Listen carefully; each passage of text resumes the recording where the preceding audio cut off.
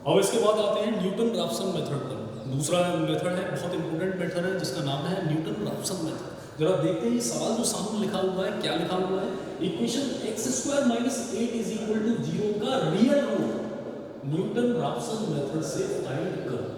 अब Newton Raphson method को मैं आपको बता दूं थोड़ा सा, बस आप उसका एक फॉर्मूला याद रखिएगा जो मैं अभी लिखूंगा।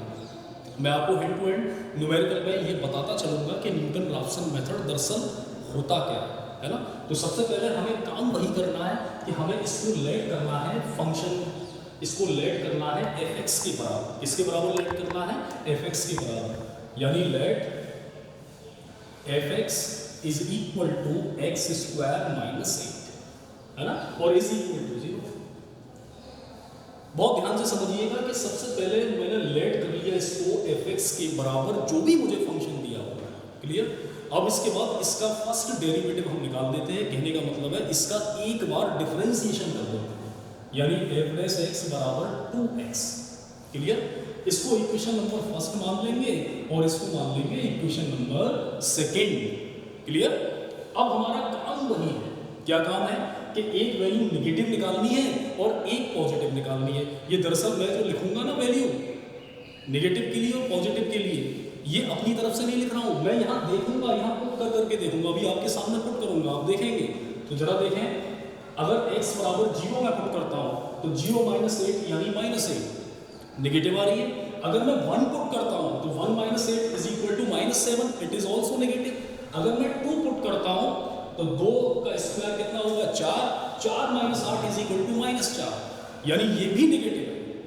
क्लियर? अब 3 पुट करके देखते हैं, 3 × 9 - 8 = 1। अब ये पॉजिटिव आ गई, तो लेटेस्ट नेगेटिव कौन सी आई? F2, और लेटेस्ट पॉजिटिव कौन सी आई? F3। तो आते हैं हम इसको देखें जरा, F2 = जरा देखें जरा, तो F2 पे क्या वैल्यू निकल के आई थी? 2 का स्क्वायर -8 यानी 4 - 8 = -4। क्लियर? -4। अब ये वैल्यू कैसी है? नेगेटिव, तो इसके ब्रैकेट में नेगेटिव लिख देते हैं, क्या दिक्कत है? लिख दिया हमने नेगेटिव। अब इसके बाद पॉजिटिव पे आते हैं, तो F3 जरा देखें, तो F3 यानी 3 का स्क्वायर -8 दैट इज 9 - 8 बराबर 1, इट इज पॉजिटिव। याद रखिएगा कि जो नेगेटिव आ रही है उसके ब्रैकेट में नेगेटिव जरूर लिख दीजिएगा, और जो पॉजिटिव आ रही है उसके ब्रैकेट में भी पॉजिटिव लिख दीजिएगा। क्लियर? अब इसके बाद में जो हमारी वैल्यू आई है F2 और F3, इनका मल्टीप्लाई <0 होना चाहिए। क्या होना चाहिए? <0 हर सवाल में, यानी हर मेथड में यही होना चाहिए कि जो दो वैल्यू हम निकालते हैं ना, नेगेटिव और पॉजिटिव, उनका प्रोडक्ट भी <0 होना चाहिए। लिख देते हैं इस चीज को। Now F2.F3 <0, F2.F3 <0। अब <0 कैसा होगा? मैंने कहा ऐसे थोड़ी लिख दिया है, देखें जरा, -4 × 1 -4 -4 <0, तो ये <0 हो गया। अब हम आते हैं फर्स्ट एप्रोक्सीमेशन।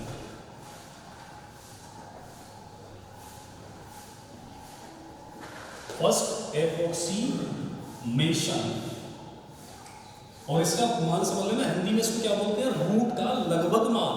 एप्रोक्सीमेशन माने क्या होता है? लगभग मान। एप्रोक्सीमेट कहते हैं ना, एप्रोक्स माने लगभग, तो हम यहाँ लगभग मान ही निकाल रहे हैं। क्लियर? तो फर्स्ट एप्रोक्सीमेशन, अब इसका फॉर्मूला लिख लीजिए। x1 = होता है x0 - fx / f'(x0)। दोबारा देखिए मैं फॉर्मूला, ये फॉर्मूला सभी में अप्लाई होगा, याद रखिएगा। x1 = x0 - fx0 / f'(x0)। Clear? x0, अब यहाँ पर ये सिचुएशन निकल के आती है कि x0 किसको लें? x0 उसको लेंगे जो दो वैल्यू हमने निकाली है ना, एक नेगेटिव निकाली, एक पॉजिटिव निकाली है। तो ये वैल्यू देखते हैं, जो वैल्यू 0 के नजदीक होगी उसे x0 लिया जाएगा, जो वैल्यू 0 के नजदीक होगी उसे क्या लिया जाएगा? x0। देखिए जरा, 1 0 के नजदीक है और -4 0 से दूर है। कैसे दूर है मालूम है? संख्या रेखा पर। देखिए संख्या रेखा में थोड़ा सा समझा देता हूँ। अगर ये 0 है, ये 1 है, ये 2 है, और यहाँ से -1 -2 -3 और -4। देखिए 0 से दूर है कि नहीं? दूर, -4, और 1 0 के नजदीक है। तो जो 0 के नजदीक होगी ना वैल्यू, उसी को x0 लिया जाएगा। तो यहाँ पर here x0 = 3, क्योंकि f3 भी तो आ रही है 1, तो x0 = 3। अब उसके बाद fx0 यानी f3 हमारे पास ऑलरेडी है, f'(x0) यानी f'(3) का मतलब 2 × 6, तो ये तीनों वैल्यू हमारे पास में। तो हम एप्रोक्सीमेशन निकाल लेते हैं। x1 is equal to x naught. जरा देखिए x नॉट क्या है हमारे पास, तो x नॉट हमारे पास है 3, f x नॉट क्या है हमारे पास, f3 की वैल्यू देखें जरा 1, और f डैश 3 जो भी हमने निकाला f डैश 3 2 इंटू 3 यानी 2 तिया 6, तो इट इज 6, तो 6 तिया 18 माइनस 1 अपॉन 6 डेट इज 17/6, और 17/6 का मतलब हो जाएगा x1 17/6 जो निकल के आ रहा है हमारा x1 बराबर 17/6। अब इसको डेसिमल में कन्वर्ट कर दो, यानी 17/6 को डेसिमल में लिख लेते हैं, भाग लगाएंगे 6 दूनी 12, इसके बाद 6 दूनी 12 5 बचा, तो 6 अट्ठे 48 2 बचा, 6 तिया 18 6 तिया 18, बस डेसिमल के 3 प्लेसेस तक आपको, तो ये आ गई हमारी फर्स्ट एप्रोक्सीमेशन। अब हम बात करते हैं सेकंड एप्रोक्सीमेशन। सेकंड एप्रोक्सीमेशन, तो सेकंड एप्रोक्सीमेशन कैसे निकाला जाएगा, फॉर्मूला यही रहेगा, x1 को रिप्लेस कर दिया जाएगा x2 से, और x0 को रिप्लेस कर दिया जाएगा x1 से। देखें जरा, तो यहां से यह आ जाएगा हमारा x2 is equal to x1 minus f x1 upon f dash x1। देखें जरा, ठीक है, समझ में आ गया सेकंड एप्रोक्सीमेशन। अरे इसी से तो फॉर्मूला निकल के आया है, बस x0 को x1 से रिप्लेस कर दिया है और x1 को x2 से रिप्लेस कर दिया है। अब हमें fx1 चाहिए और f डैश x1 चाहिए। x1 हमारा ये है, ये 17/6, तो ये 17/6 माइनस fx1, तो मैं यहाँ पर आपको दिखा देता हूँ कि x1 हमारा कैसे निकाला जाएगा, यानी fx1 का मतलब है f 17/6, इस फंक्शन में पुट करेंगे हम, तो 17/6 का स्क्वायर माइनस 8, तो 17 का स्क्वायर होता है 289, 6 का 36 minus 8 that is 289 minus 289 minus LCM लेके 288 अपॉन 36 डेट इज 1/36, तो ये आ गया हमारा f 17/6। ऐसे ही f डैश 17/6 आ जाएगा 17 दूनी 34/6, दोनों वैल्यू हमारी निकल के आ गई, यानी fx1 निकल के आ गया हमारा f 17/6 और f डैश 17/6। अब जस्ट हमें क्या करना होगा कि हमें इन वैल्यू को पुट करना होगा, इन वैल्यू को, जो वैल्यू हमने निकाली है इसको यहाँ रखना है। तो मैं इसको इरेज करता हूँ थोड़ा सा, तो जगह हमारे पास कम है बोर्ड पर।